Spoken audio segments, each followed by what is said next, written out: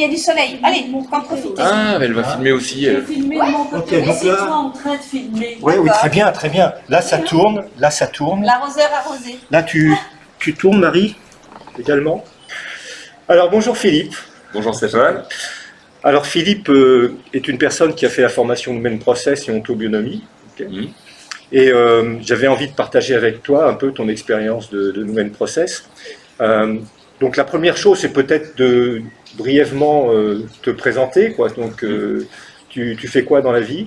Donc je suis docteur en chirurgie dentaire Ouais. et j'ai une activité essentiellement axée sur l'implantologie, la chirurgie osseuse et les reconstructions complexes. D'accord, ok. Et j'exerce en Belgique. Ok. Et puis tu as fait du cheval aussi, je crois. J'ai fait du cheval, je fais plein de choses. Tu as fait plein de choses. Ouais. Voilà. Un grand sportif, un ancien grand sportif. Voilà, on va dire ça. Ok. Exactement. Ok, ok.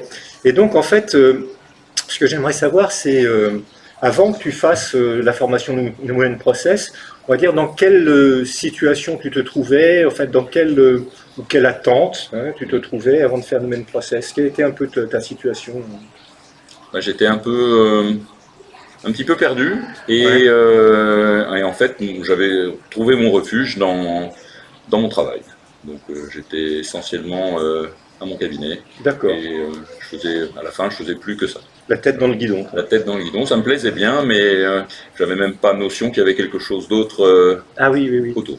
D'accord, ok, ok. Et plus, ce ne sont pas vraiment des formations qui sont habituelles chez toi, ce type Ah, de pas du tout, choses. non, c'était vraiment... il y avait d'ailleurs beaucoup de questions au départ, Ouais. me demandant où j'allais, quoi. Où tu allais, Voilà. ouais. Parce que c'était un peu l'inconnu, quoi, voilà. Ok, ok. Allez, j'ai une autre question pour toi. Donc, vous m'en voudrez pas si je relis un peu mes questions, histoire de juste ne pas les oublier, quoi. Ce serait dommage. Donc, alors, oui, je voudrais savoir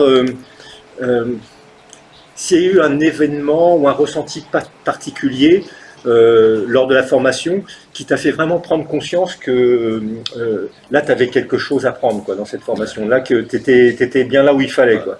Et il y avait deux événements vraiment marquants.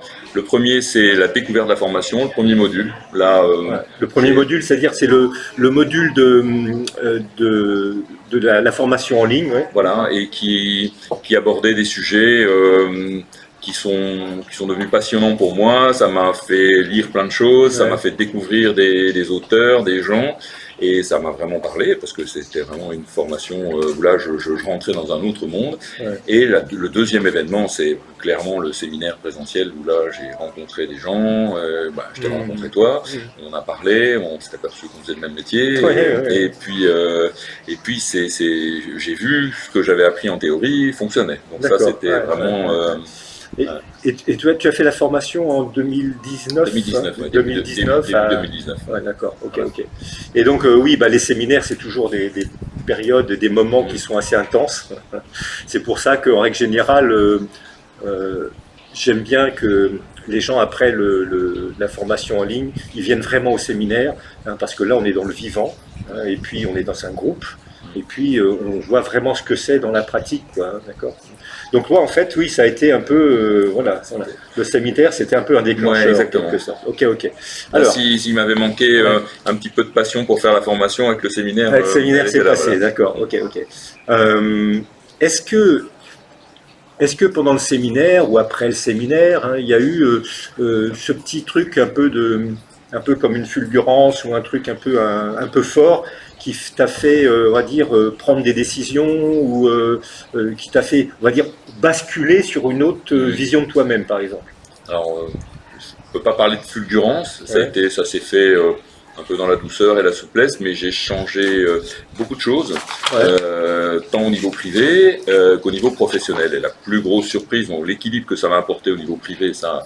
Il n'y a pas photo, ça m'a radicalement changé ma vie, mais au niveau professionnel, j'étais très surpris qu'en appliquant des choses au sein de mon cabinet, avec mon équipe, au niveau des rapports humains, des rapports avec les patients et les protocoles, dans les protocoles de chirurgie, j'ai changé des choses et ça, voilà, mais tout s'est fait progressivement. J'ai pas claqué des doigts un matin en disant que j'allais tout changer. Ouais, donc c'est un peu la question, tu as répondu un peu avant à ma question que j'allais te poser, c'est oui, c'était dans quel domaine justement ça avait pu être notable et vraiment notable. Hein.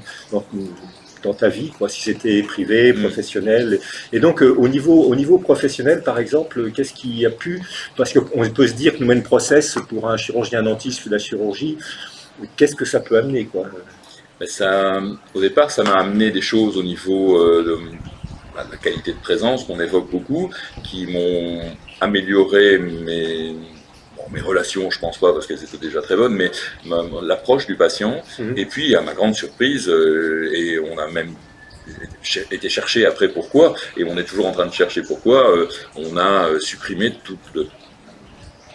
toute armada au niveau anti-inflammatoire, préopératoire, péropératoire, c'est assez surprenant, quoi. Même sur des chirurgies très lourdes, j'utilise plus l'anti-inflammatoire. C'est génial. Sans donner autre chose à la place. Hein. C'est assez super. En fait, ce qu'on est en train de nous dire, c'est que tes actes chirurgicaux se sont simplifiés quant aux effets post-opératoires, qui sont toujours, en plus, tu fais des chirurgies qui peuvent être très douloureuses.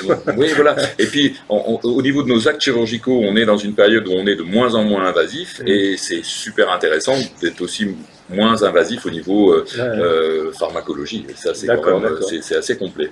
Et donc, en fait, quand tu fais Numen Process, parce que j'imagine que ça ne va pas être si évident que ça, quand tu fais Numen Process sur ton fauteuil, quoi, tu le fais d'une façon suffisamment discrète, exactement, et puis voilà, ça ne t'empêche pas d'utiliser le protocole alors que la personne est sur ton fauteuil.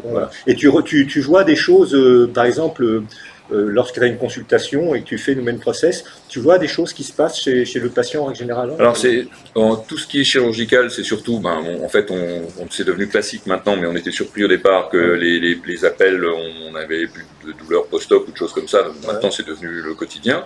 Mais au niveau du fauteuil, c'est surtout quand on fait une pratique sur quelqu'un qui est terrorisé, où on va avoir une... Mais sinon, j'ai pas... comment dire, je peux pas tenir un cahier où je vais noter que chaque patient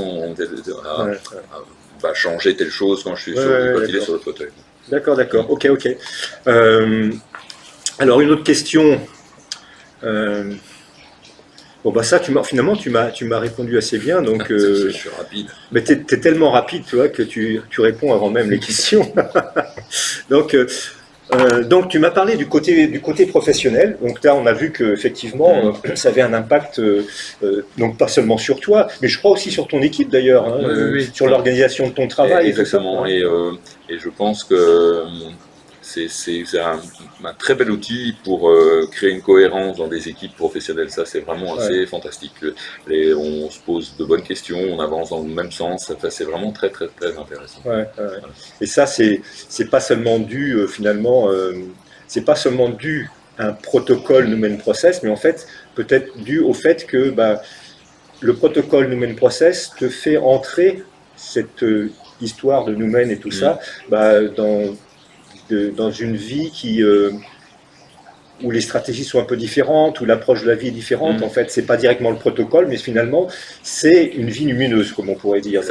Et pour toi, alors, ça veut dire quoi, une vie lumineuse? Parce que tu nous parles à un moment donné tu n'es pas le seul d'ailleurs, qu'à un moment donné, Numen Process fait partie de notre vie. Et donc, c'est quoi pour toi, grosso modo, une vie lumineuse? Bonne question, ça. Mais en fait, c'est la question piège. J'ai vraiment le sentiment qu'on vit l'human process, c'est-à-dire qu'on n'est pas en train de dire tiens là je vais faire ça pour ça, ou c'est pas du tout comme ça que ça fonctionne. Quand on intègre tout ce concept, on vit l'human process et on change notre regard sur énormément de choses. On n'a pas le sentiment de tout changer, de tout envoyer balader, on change juste un angle de vision et on voit autre chose, et puis on est très attentif à tout ce qui est invitation, tout ce qui peut se passer, des choses qu'on aurait laissé passer sans faire attention. Je m'aperçois avec le recul qu'il y a des choses qui sont passées plusieurs fois dans ma vie et j'ai même pas fait attention, et que si j'avais fait l'human process à ce moment-là, voilà, je pense que j'y aurais fait beaucoup. Quand tu parles d'invitation, c'est un mot qui ressort à chaque fois dans ma formation. C'est que lorsque tu pratiques Numen Process, en fait, tu as un protocole, bien entendu, tu as un propos particulier qui est bien ciblé, on entre en épiconscience et on a un résultat généralement physique sur la personne qui se traduit par la résolution de quelque chose ou l'apparition d'une autre.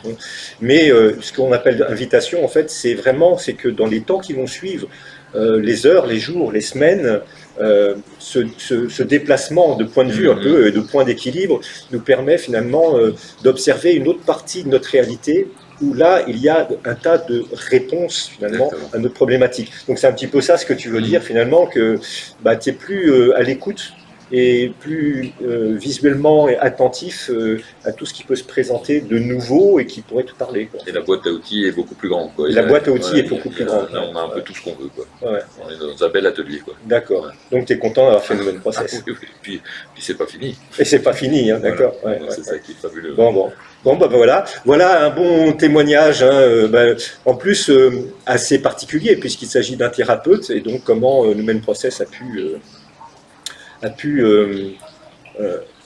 on va pas dire modifier l'activité, mais en tous les cas modifier les conditions d'une activité. La réorienter. La réorienter, voilà, c'est ça, ouais, la réorienter. Ouais.